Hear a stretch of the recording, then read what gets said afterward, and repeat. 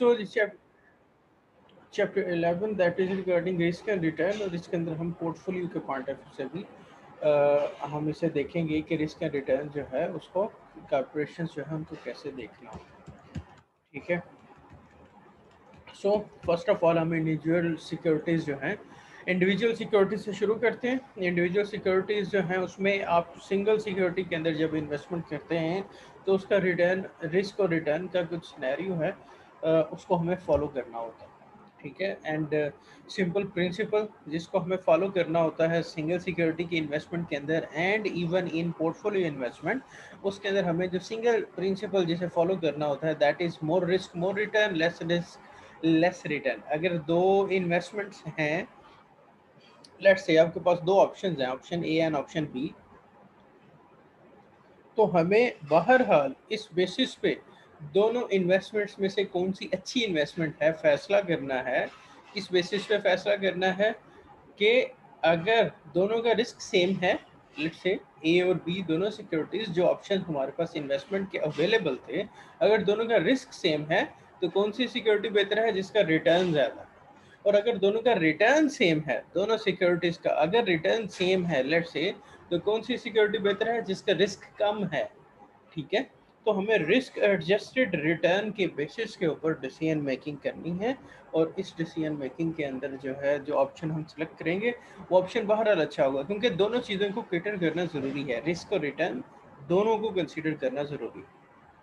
The characteristics of individual securities that are of interest are the expected return, variance and standard deviation। तो individual security के point of view से individual security के expected return जो है वो आपको पता होना ज़रूरी है, उसका वेरिएंस और उसकी स्टैंडर्ड डेविएशन जो है, उसके रिटर्न्स का वेरिएंस और उसके रिटर्न्स के स्टैंडर्ड डेविएशन जो है वो भी आपको पता होना ज़रूरी है, प्लस उनकी कोवेरिएंस और कोरिलेशंस जो है उनका भी आपको पता होना ज़रूरी है। ये तीन करेक्टरिस्टिक्स हैं इंडिविजुअल सिक्योरिटीज़ का मतलब, इनका आपको पता होना ज़रूरी है। देन आप डिसीजन मेकिंग कर सकते हैं कि कौन सी सिक्योरिटी जो है वो आपके लिए अच्छी है when you are going to make a choice from some investments. ठीक है। तो उसके लिए फिर ये चीज़ें, ये करेक्टरिस्टिक्स जो है इनका आपको पता होना ज़रूरी है। तो इनको वन बाय वन करके देखते हैं तो ये कंसेप्ट जो है वो किस तरह अप्लाई होते हैं प्रैक्टिकल सिनेरियो के अंदर। Consider the following to risky assets, asset word, there is a one-third chance of each state of economy and the only assets are a stock fund and a bond fund। अच्छा, अब ये जो example हमारी चलती है throughout this chapter, in this example we have two options. ठीक है। उसमें स्टॉक फंड है और बॉन्ड फंड है। ये दो ऑप्शंस हैं हमारे पास इन्वेस्टमेंट्स के लिए, दो एवेन्यूज़ हैं जिनमें हम इन्वेस्ट कर सकते हैं। उसमें स्टॉक फंड है, उसमें बॉन्ड फंड है। स्टॉक फंड जो है that would B regarding stock market जो है उससे रेलिवेंट होगा, मतलब इक्विटी इन्वेस्टमेंट होगी, और दूसरी तरफ बॉन्ड फंड जो है वो डेट इन्वेस्टमेंट होगी और उधर से जो है वो आपको रिटर्न मिला। तो चूंकि स्टॉक मार्केट की जो इन्वेस्टमेंट है that is more risky as compare to the bond market investment, तो इस वजह से स्टॉक मार्केट की जो इन्वेस्टमेंट है उसका रिस्क जो है वो ज़्यादा होगा, दैट इज़ वाई उसका रिटर्न भी ज़्यादा होना चाहिए। और दूसरी तरफ जो बॉन्ड फंड है, चूंकि उसका रिस्क कम है, दैट इज़ वाई उसका रिटर्न जो है वो भी कम होना चाहिए। बट इधर जब हम कैलकुलेशंस में जाते हैं तो उन कैलकुलेशंस के अंदर हमें साथ जो है वो कुछ प्रोबेबिलिटी को भी इन्वॉल्व करना होता है, और प्रोबेबिलिटी को जब हमने इन्वॉल्व करना है तो फिर हमें कुछ सिनेरियोज जो है वो डेवलप करने होते हैं जिनके बेसिस के ऊपर फिर आगे प्रोबेबिलिटी जो है वो अप्लाई होती है। तो वो सिनेरियोज क्या हैं? वो सिनेरियोज ये हैं कि मैंने अगर अपनी इकोनॉमी जो है उसमें इन्वेस्ट करना है तो मैंने इस चीज़ को जहन में रखना है कि इकोनॉमी के अच्छे होने के चांसेस भी हैं, इकोनॉमी के बुरे होने के चांसेस भी हैं, और इकोनॉमी के बहुत बुरे होने के चांसेस भी हैं। ठीक हो गया। और अगर मैं इसको इकोनॉमिक टर्मिनोलॉजीज के अंदर इंटरप्रेट करूं इन तीनों सिनेरियोज को, तो सिंपल क्या है? रिसेशन, नॉर्मल और बूम। रिसेशन क्या है? बुरा सिनेरियो। बूम क्या है? अच्छा सिनेरियो। और नॉर्मल क्या है? आप कह लें एवरेज सिनेरियो। ठीक है। तो बूम बहुत अच्छा, रिसेशन बहुत बुरा, और नॉर्मल क्या है? एवरेज सिनेरियो जो है उसे हम नॉर्मल की कैटेगरी के अंदर कंसिडर करते हैं। ठीक हो गया। अब ये 3 तरह के सिनेरियोज जो हैं, ये 3 तरह की सिचुएशंस जो हैं वो हो सकती हैं। We don't know what will happen in future, लेकिन हम प्रोबेबिलिटी जो है वो ज़रूर अटैच कर सकते हैं फ्यूचर के साथ।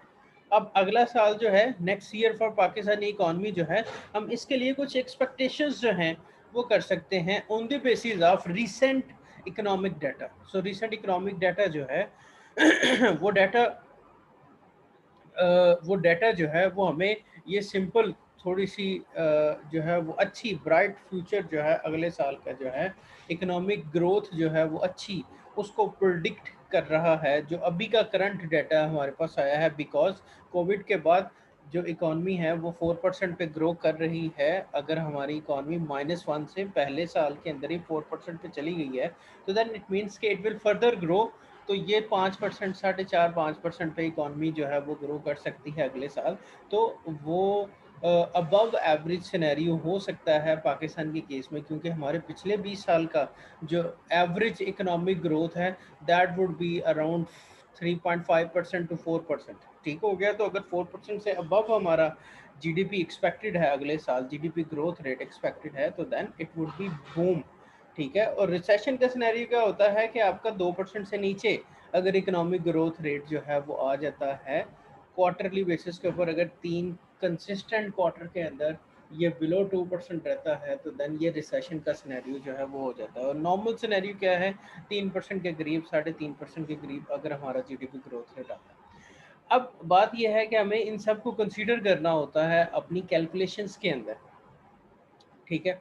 तो वो अगर आपकी एक्सपेक्टेशंस हैं कि जनाब अगले साल जो है वो बूम वाली सिचुएशन जो है वो रहेगी, उसके ज़्यादा चांसेस हैं एज़ कंपेयर टू रिसेशन वाले सिनेरियो। तो उसके अंदर हमने क्या करना होता है, उसके अंदर हमें क्या करना होता है कि ओबियसली बूम वाला सिनेरियो जो है उसकी प्रोबेबिलिटी हाई हो जाती है। ठीक हो गया। तो प्रोबेबिलिटी हाई होने की वजह से देन व्हाट टू डू, हम उसको हाई प्रोबेबिलिटी अटैच कर देते हैं। लेट्स से 50% चांसेस हैं, हमारे पास 100% जो है वो प्रोबेबिलिटी का नंबर 1 to 100 जो है वो अवेलेबल है। हमने इस नंबर को 100 नंबर्स जो हैं इनको डिस्ट्रीब्यूट करना होता है इनटू दी सिनेरियोज जो कि हमने पहले डिसाइड किए कि 3 सिनेरियोज हो सकते हैं, रिसेशन, नॉर्मल और boom. If I am expecting के बूम के चांसेस जो है वो ज़्यादा हैं, तो देन मैं 50% तक प्रोबेबिलिटी, जितना ज़्यादा मुझे चांसेस लग रहे हैं उतनी ज़्यादा प्रोबेबिलिटी मैं उसे अटैच कर सकता हूँ। लेट्स से मेरी मेरी एक्सपेक्टेशंस हैं कि बूम के चांसेस जो है वो ज़्यादा हैं, तो मैं 50% प्रोबेबिलिटी उसे अटैच कर देता हूँ। और रिसेशन के चांसेस बड़े कम हैं, मैं 20% प्रोबेबिलिटी रिसेशन को अटैच कर देता हूँ। और नॉर्मल के चांसेस 30% हैं। नॉर्मल के चांसेस जो हैं उनकी प्रोबेबिलिटी ज़्यादा है एज़ कम्पेयर टू रिसेशन, तो मैं 30% प्रोबेबिलिटी उसे अटैच कर सकता हूँ। तो it can be, it should be, it could be this situation, the forecast, the expectations, उसके बेसिस के ऊपर जो है मैं प्रोबेबिलिटी जो है वो अटैच कर सकता हूँ। नाउ द क्वेश्चन जिसको हम फॉलो कर रहे हैं, द सिनेरियो जिसको हम फॉलो कर रहे हैं इस सारे चैप्टर के अंदर, उसके अंदर हमने एक सिंपल हल निकाला। वो ये कि आप for the sake of calculation, ठीक है, आप प्रोबेबिलिटी, इक्वल प्रोबेबिलिटी जो है वो इन तीनों सिनेरियोज को अटैच करते और उसकी बेसिस के ऊपर हम कैलकुलेशंस जो है वो कर लें। ठीक है। तो ये जो प्रोबेबिलिटी, ये सिनेरियो और प्रोबेबिलिटी का कंसेप्ट है, ये इस तरह से प्रैक्टिकली ऑपरेशनल होता है कि हमारे पास 3 सिनेरियोज हैं, रिसेशन, नॉर्मल और बूम। और on the basis of expectations आप अटैच कर सकते हैं probability. But in this scenario हमने इक्वल प्रोबेबिलिटी 33.3% जो है वो अटैच कर दी हर सिनेरियो। ठीक है। और 100% ये प्रोबेबिलिटी जो है वो कंप्लीट हो गई। सो इसका मतलब ये है कि इक्वली जो है वो हमने शेयर कर दिया। और उसके बाद फिर we have rate of return, stock fund और बॉन्ड फंड जो है उनके रिटर्न्स हैं। ठीक है। और इसमें से फिर हम कैलकुलेशंस करके तो उनका रिस्क जो है, expected return and then risk calculation जो है वो करेंगे। अच्छा, इधर अब थोड़ा सा सिनेरियो जो है वो पिछले चैप्टर की निस्बत थोड़ा सा डिफरेंट है, क्योंकि इधर हमारे पास जो है वो एक्सपेक्टेड रिटर्न्स हैं। जो पिछला चैप्टर था उसके अंदर हमने जो कैलकुलेशंस की थी रिटर्न की, वो मीन निकाला था। अरिथमेटिक मीन की बेसिस के ऊपर हमने रिटर्न का एक नंबर जो है वो हमारे पास था, जो कि एक्स बार कंसिडर होता था। लेकिन इधर क्या है, चूंकि हम एक्सपेक्टेड रिटर्न यूज कर रहे हैं और प्रोबेबिलिटी का कंसेप्ट अप्लाई हुआ हुआ है, तो इस वजह से ये जो एक्सपेक्टेड रिटर्न की कैलकुलेशन है 11%, ये ऐसे है कि आपने प्रोबेबिलिटी, हर प्रोबेबिलिटी जो है वो अटैच करनी है विद योर प्रीवियस रिटर्न्स, उनके साथ अटैच करके तो देन आप कैलकुलेशंस जो है वो करते हैं। ठीक है, प्रोबेबिलिटी और उसका रिटर्न। अगर अच्छा, इसके अंदर एक और चीज़ जो अभी मिस कर गए हम, वो सिंपल ये है, एक तो किसी सिनेरियो का जो इवेंट है उसके होने के चांसेस, वो है प्रोबेबिलिटी। लेट्स से बूम के चांसेस अगर ज़्यादा थे तो हमने 50% अटैच कर दिया, 50% प्रोबेबिलिटी है कि बूम होगा, 20% प्रोबेबिलिटी है कि रिसेशन होगा और 30% प्रोबेबिलिटी है कि नॉर्मल सूरत होगा। दूसरा ये है कि अगर रिसेशन होता है तो उस वक्त रिटर्न क्या होगा, अगर बूम होता है तो उस वक्त रिटर्न की सूरत हाल क्या होगी। ठीक है, तो ये अपना अपना फिर रिटर्न, अगर कोई इवेंट सिनेरियो में कोई इवेंट होता है तो उस इवेंट का कुछ आउटकम भी आता है। ठीक हो गया। तो लेट्स से अगर बूम है, आप इन नंबर्स को भूल जाएं, ये प्रोबेबिलिटी वाले कंसेप्ट को भी ज़हन से निकालें, और दूसरी तरफ ये रिटर्न्स का सिनेरियो जो है उसको लेके, अगर बूम है तो कंपनी जो है, स्टॉक जो है वो एक्स्ट्रा ऑर्डिनरी परफॉर्म करेंगे और उनका रिटर्न जो है वो भी एक्स्ट्रा ऑर्डिनरी होगा। दूसरी तरफ अगर नॉर्मल सिनेरियो है तो नॉर्मल सिनेरियो के अंदर आपको नॉर्मल रिटर्न मिलेगा, और अगर रिसेशन है तो देयर आर पॉसिबिलिटीज कि आपको लॉसेस जो हैं वो वाली सूरत हाल जो है वो भी पैदा हो जाए। ठीक हो गया। तो ये सिनेरियो है। उसके बाद दूसरी तरफ वी हैव बॉन्ड फंड, उनके अपनी जो है वो ये पीछे जो सिनेरियोज हैं, ये जो इवेंट्स हैं, इन इवेंट्स का आगे उनका अपना आउटकम जो है वो आ सकता है। तो ये स्टॉक की सूरत हाल है और ये बॉन्ड की सूरत हाल है कि बूम के अंदर बॉन्ड फंड जो है वो -3% रिटर्न आपको दे रहा है। अच्छा, इसकी वजह ये बॉन्ड फंड जो है इसका सिनेरियो क्या है कि डेट जो है वो तो आपका फिक्स जो है वो तय हुआ होगा। ठीक हो गया। तो डेट ने आपको जो भी आपने परसेंटेज, जो भी आपने सिनेरियो तय कर दिया उसके साथ उसने अकॉर्डिंगली आपको पे करना है। लेकिन रियल टर्म्स के अंदर सम टाइम क्या होता है कि बूम के अंदर डेट सिक्योरिटीज जो हैं वो आपको कम रिटर्न दे रही होती हैं as compare to stock returns. ठीक हो गया। लेकिन चूंकि उसमें आपका रिस्क भी कम होता है, इस वजह से वो, सो लेट्स से ये सिनेरियो है कि बूम के अंदर आपको बॉन्ड फंड जो है -3% दे रहा है, नॉर्मल सूरत हाल में 7% दे रहा है, और रिसेशन में बॉन्ड फंड जो है वो 17% दे रहा है। ठीक है। तो this is the situation, we have a probability and then we have return expectations in some event of our scenarios, of all और scenarios। ठीक है। तो ये दो चीज़ें जो हैं इनको हमने कंसीडर करना होता है, then we can calculate expected return. ठीक है। अब एक्सपेक्टेड रिटर्न क्या है कि आपके जो तीनों सिनेरियोज हैं उसके हर हर सिनेरियो जो है उसकी प्रोबेबिलिटी को मल्टीप्लाई करना है with the return attach with that event. ठीक है। तो अब ये पीछे प्रोबेबिलिटीज़ हैं और आगे उनके रिटर्न्स हैं, तो हमने ये कैलकुलेशन सब करनी है। तो 33.3% प्रोबेबिलिटी को रिटर्न के साथ मल्टीप्लाई करना। ठीक है। -7%, उसके बाद 33.3% इंटू 12%, 33.3% इंटू 28%। ठीक है। सो ये सारों को मल्टीप्लाई करके एडअप करेंगे तो that would be your return calculation. तो ये एक्सपेक्टेड रिटर्न की कैलकुलेशन जो है वो नीचे हुई हुई है कि 1/3 इंटू 1/3 क्या है, 33%। This is basically the weights in this scenario. So 1/3 या 0.33 जो है 0.33 इंटू -7%, क्योंकि पहला रिटर्न जो है वो ये स्टॉक फंड की कैलकुलेशन कर रहे हैं, पहला रिटर्न जो है दैट इज 7% प्लस 1/3 अगेन 1/3 या 0.33 इंटू 12% प्लस 1/3 इंटू 28%। तो ये तीनों सिनेरियोज थे, इनकी प्रोबेबिलिटीज थी अपनी, ये पिछली स्लाइड के अंदर हमारे पास ये अवेलेबल थी, इनकी प्रोबेबिलिटीज थी और इन प्रोबेबिलिटीज को उनके रिटर्न्स के साथ मल्टीप्लाई कर दिया और एड अप कर दिया, एंड देन हमारे पास ये एक्सपेक्टेड रिटर्न आ गया 11%, और 11% for the stock fund and 7% for the bond fund. हमारे पास ये नंबर जो है वो आ गए हैं एक्सपेक्टेड रिटर्न्स के। Okay, and we have the formula below. ये फार्मूला जो है इसके बेसिस के ऊपर हम ये सारी कैलकुलेशंस जो है वो करते हैं। ठीक है, सो एक्सपेक्टेड रिटर्न जो है वो हमने कैलकुलेट कर लिया। उसके बाद फिर स्क्वेयर्ड डेविएशन जो है वो उसको हमें कैलकुलेट करना है। उसका सिंपल फार्मूला जो है वो क्या था, x minus x bar whole square. तो x जो है that is 7%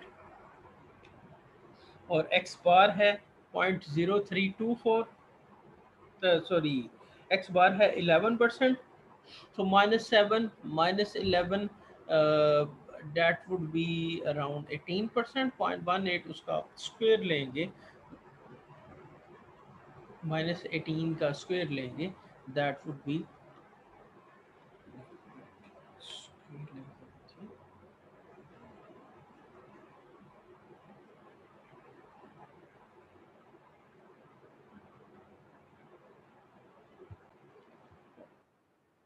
okay. So simply क्या हुआ, हमें ये -7% एंड -11%, ये हमने क्या किया है, this is x and this is x bar. x bar क्या था, एक्सपेक्टेड रिटर्न। तो स्टैंडर्ड डेविएशन का फार्मूला जो हमारे पास अवेलेबल है that is summation x minus x bar whole square over n। अच्छा, ये है वेरिएंस का फार्मूला, एंड अगर इसका अंडर रूट ले लेते हैं तो then that would be standard deviation. ठीक है, तो ये जनाब हमारी स्क्वेयर्ड डेविएशन आ गई। स्क्वेयर्ड डेविएशन कैसे आई, x minus x bar whole square, ये है स्क्वेयर्ड डेविएशन। तो इसको n से डिवाइड करेंगे तो that would be your variance. So हमने ये स्क्वेयर्ड डेविएशन जो है वो अगेन इसी तरह से कैलकुलेट कर ली। इधर से भी ये है 17 माइनस सॉरी 0.17 माइनस 0.07। ठीक है, जो आंसर आया है उसका आप स्क्वायर लेंगे तो दैट वुड बी 0.010। सो ये है, एंड देन उसके बाद फिर ये वेरिएंस की कैलकुलेशन हमने कैसे की, वेरिएंस की कैलकुलेशन ऐसे की कि ये आपके पास हर नंबर जो है वो अवेलेबल है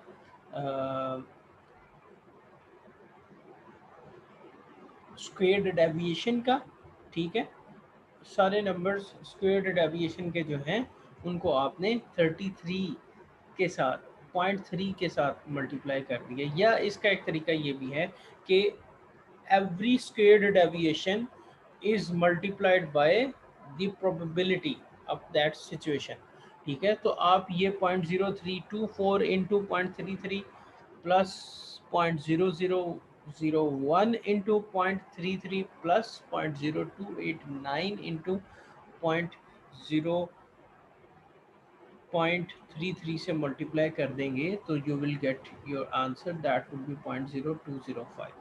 ठीक है, तो एक्सपेक्टेड रिटर्न जो है उनके सिनेरियो के अंदर हमें प्रोबेबिलिटी को जो है वो सारे सिनेरियोज के साथ मल्टीप्लाई करना होता है। ये याद रखिएगा, दिस इज सिंगल इन्वेस्टमेंट, और उस इन्वेस्टमेंट के रिटर्न की ये 3 पॉसिबिलिटीज जो हैं वो हो सकती हैं, उनकी आगे प्रोबेबिलिटीज हैं जो कि इधर पीछे दी गई थी। ये प्रोबेबिलिटी जो है इसको हम इग्नोर नहीं कर सकते, ये रिटर्न्स हैं और इन रिटर्न्स के आगे एक्सपेक्टेड रिटर्न्स हमने कैलकुलेट करके वेरिएंस और स्टैंडर्ड डेविएशन जो है वो हमने कैलकुलेट करनी है। सो इधर फिर क्या फार्मूला हुआ स्टैंडर्ड डेविएशन का, स्टैंडर्ड डेविएशन का फार्मूला फिर इधर हुआ, वेरिएंस का फार्मूला फिर इधर हुआ summation x minus x bar whole square into the probability of every scenario return. ठीक है, तो आपके पास ये स्क्वेयर्ड डेविएशंस जो है वो अवेलेबल हैं, इनको मल्टीप्लाई करना है। लेट्स से एक थर्ड कॉलम जो है वो आप क्रिएट करें 0.0324 into 0.33 which is the probability of this scenario. 0.0001 into 0.33, 0.0289 into 0.33। इन मल्टीप्लीकेशंस करके इन नंबर्स को एडअप करेंगे तो then you will get 0.0205 which is the variance of this investment. ठीक है, और इसका अगर आप अंडर रूट ले लेंगे तो दैट वुड बी 14.3%।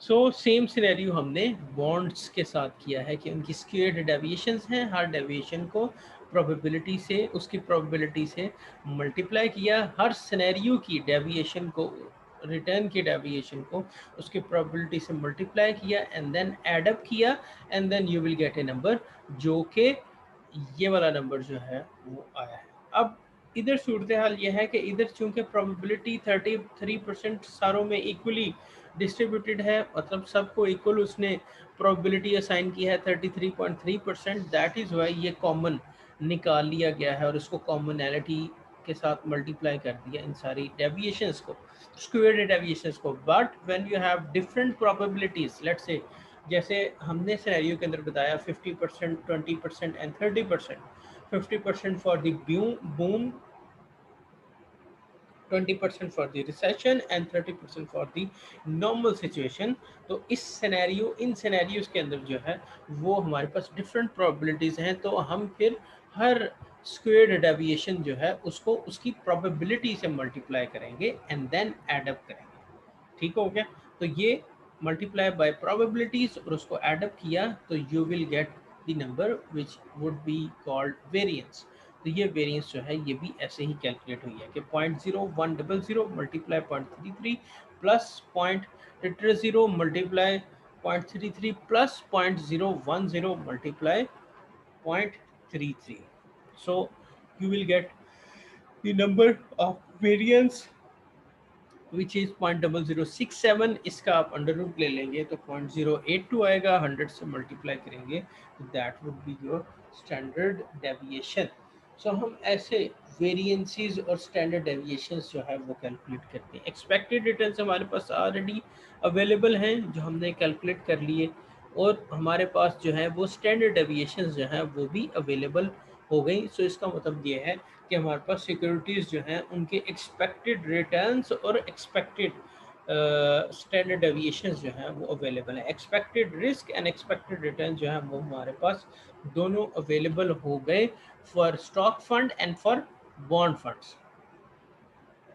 ठीक है, तो ये इधर बताया गया है कि आपने स्टैंडर्ड डेविएशन कैलकुलेट करनी है तो आप वेरिएंस का अंडर रूट ले लें, तो you will get your number of standard deviation.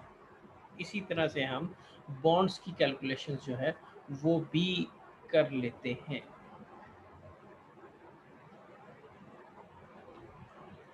अच्छा, नेक्स्ट में हमारे पास जो कंसेप्ट है विच इज़ वेरी इंपॉर्टेंट, वो कंसेप्ट जो है दैट इज़ रिगार्डिंग कोवेरिएंस।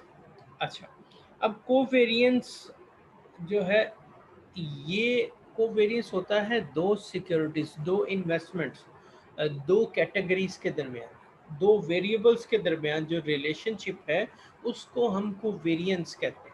या आसान अल्फाज में इसको ऐसे भी कह सकते हैं कि लेट्स से आपने दो सिक्योरिटीज़ में इन्वेस्ट किया है, अब आप ये देखना चाहते हैं कि इन दो सिक्योरिटीज़ की जो स्टॉक प्राइसेस हैं उनकी मूवमेंट जो है उसका आपस में कोई रिलेशनशिप है कि नहीं, तो उसे हम कोवेरिएंस कहते हैं। ऐसी कैलकुलेशन को जो हमें को movement of returns of two securities के मुतालिक बताए उसको हम कोवेरिएंस कहते हैं। नाउ कोवेरिएंस और कोरिलेशन जो है उसमें छोटा सा एक डिफरेंस है, और उस डिफरेंस की वजह से कोरिलेशन जो है उसे एक बेहतर मैयर कंसीडर किया जाता है एज़ कम्पेयर टू कोवेरिएंस। उसको हम देख लेते हैं कि वो क्या है। कोवेरिएंस सिंपली दो वेरिएबल्स के दरमियान रिलेशनशिप को एक्सप्लेन करता है कि वो रिलेशनशिप पॉजिटिव है या नेगेटिव है।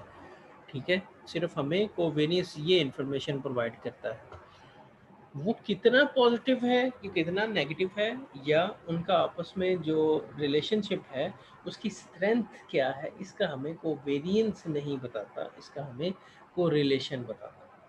ठीक है। सो कोरिलेशन हमें फिर दो इंफॉर्मेशंस प्रोवाइड करता है, दो सिक्योरिटीज के आपस में जो को मूवमेंट है प्राइसेस की, वो एक तो उसकी डायरेक्शन क्या है, पॉजिटिव है या नेगेटिव है, और दूसरे नंबर पे उनका जो आपस में रिलेशनशिप है वो कितना स्ट्रॉन्ग है, उसका भी हमें कोरिलेशन से पता चलता है। ठीक है। So that is why correlation is better measure as compare to covariance. अब इसकी वजह क्या है, ये कैसे पता चलता है? जो कोरिलेशन है उसका आंसर एक रेंज में आता है, -1 से +1 की रेंज जो है, इसके अंदर ही कोरिलेशन का आंसर आएगा, इससे बड़ा या छोटा आंसर नहीं होगा, इस रेंज से बाहर नहीं जाएगा।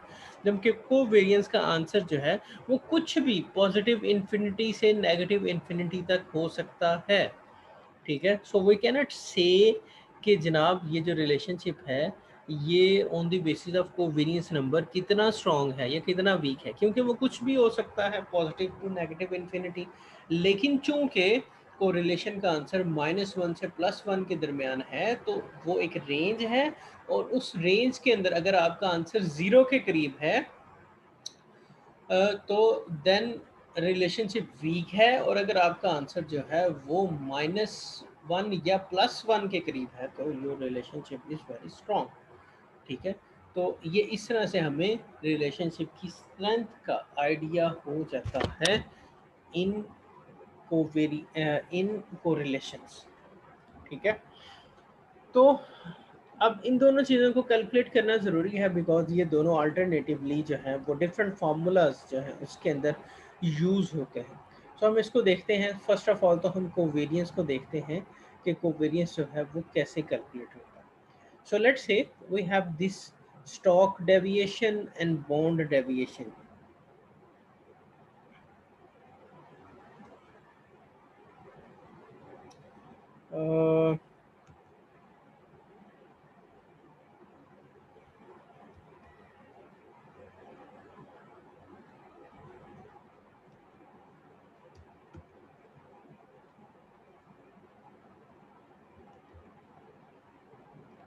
अच्छा। सो ये हमारे पास क्या है, डेविएशंस हैं। डेविएशन क्या होती हैं, x माइनस एक्स बार। ठीक है। और मतलब आपके पास एक्सपेक्टेड रिटर्न जो है वो अवेलेबल है, और एक्सपेक्टेड रिटर्न जो है उसको आप उसकी बेसिस के ऊपर एक्सपेक्टेड रिटर्न जो है वो एक्स बार है, और आपका नंबर जो है, एवरी नंबर जो है दैट इज़ योर एक्स। ठीक है। तो एक्स माइनस एक्स बार जो है उसे हम डेविएशन कहते हैं। तो ये डेविएशंस जो हैं वो हमारे पास अवेलेबल हैं। ठीक है। अ,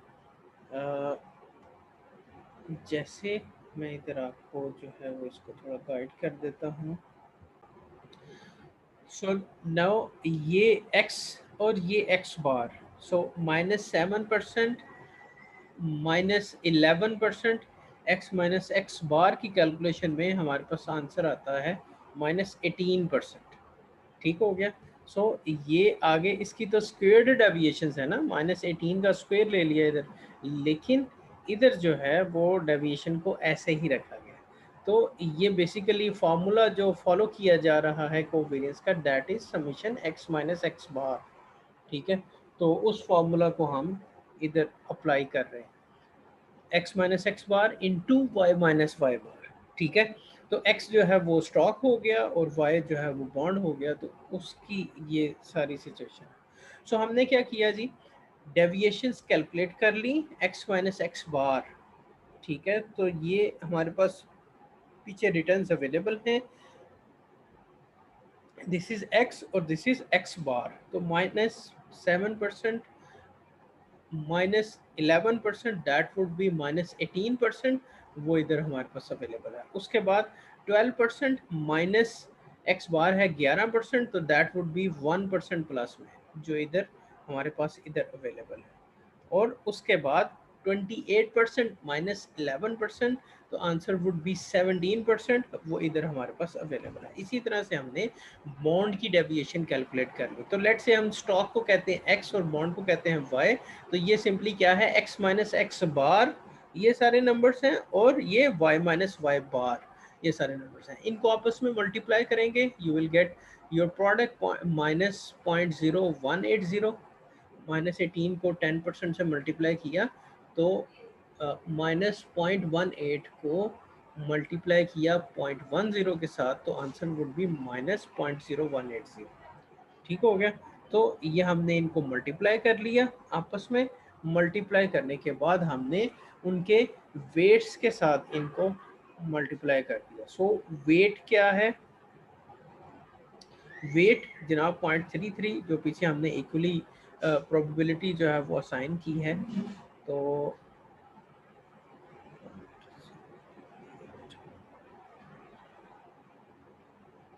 एग्जैक्टली सो हमने क्या किया, 0.33 ये जो कॉलम है प्रोडक्ट का, इस कॉलम के बाद जो अगला कॉलम है ये इसको 0.33 से मल्टीप्लाई कर देंगे तो you will get these numbers. ठीक है, तो ये नंबर्स जो हैं that is weighted, basically weighted standard, weighted deviations, product of the weighted deviations. ठीक है, और उसको आप एडअप करोगे तो ये आंसर होगा -0.0117 और दिस इज योर कोवेरियंस। अच्छा, ये अब एक्सपेक्टेड रिटर्न का सिनेरियो है, तो एक्सपेक्टेड रिटर्न के सिनेरियो के अंदर हमारा कोवेरियंस का फार्मूला जो है उसको n से डिवाइड नहीं करते हम सिंपली जो है वो डेविएशंस को आपस में मल्टीप्लाई करके और उसके बाद फिर उसके वेट्स या प्रोबेबिलिटीज के साथ मल्टीप्लाई करके सम करते हैं, तो दैट इज योर कोवेरियंस। ठीक है, सो अगर मैं इसका फार्मूला जो है वो इधर लिख दूँ तो that would be more easier. Okay, so formula जो है वो इधर हो जाएगा समीशन। ठीक है, और x माइनस एक्स बार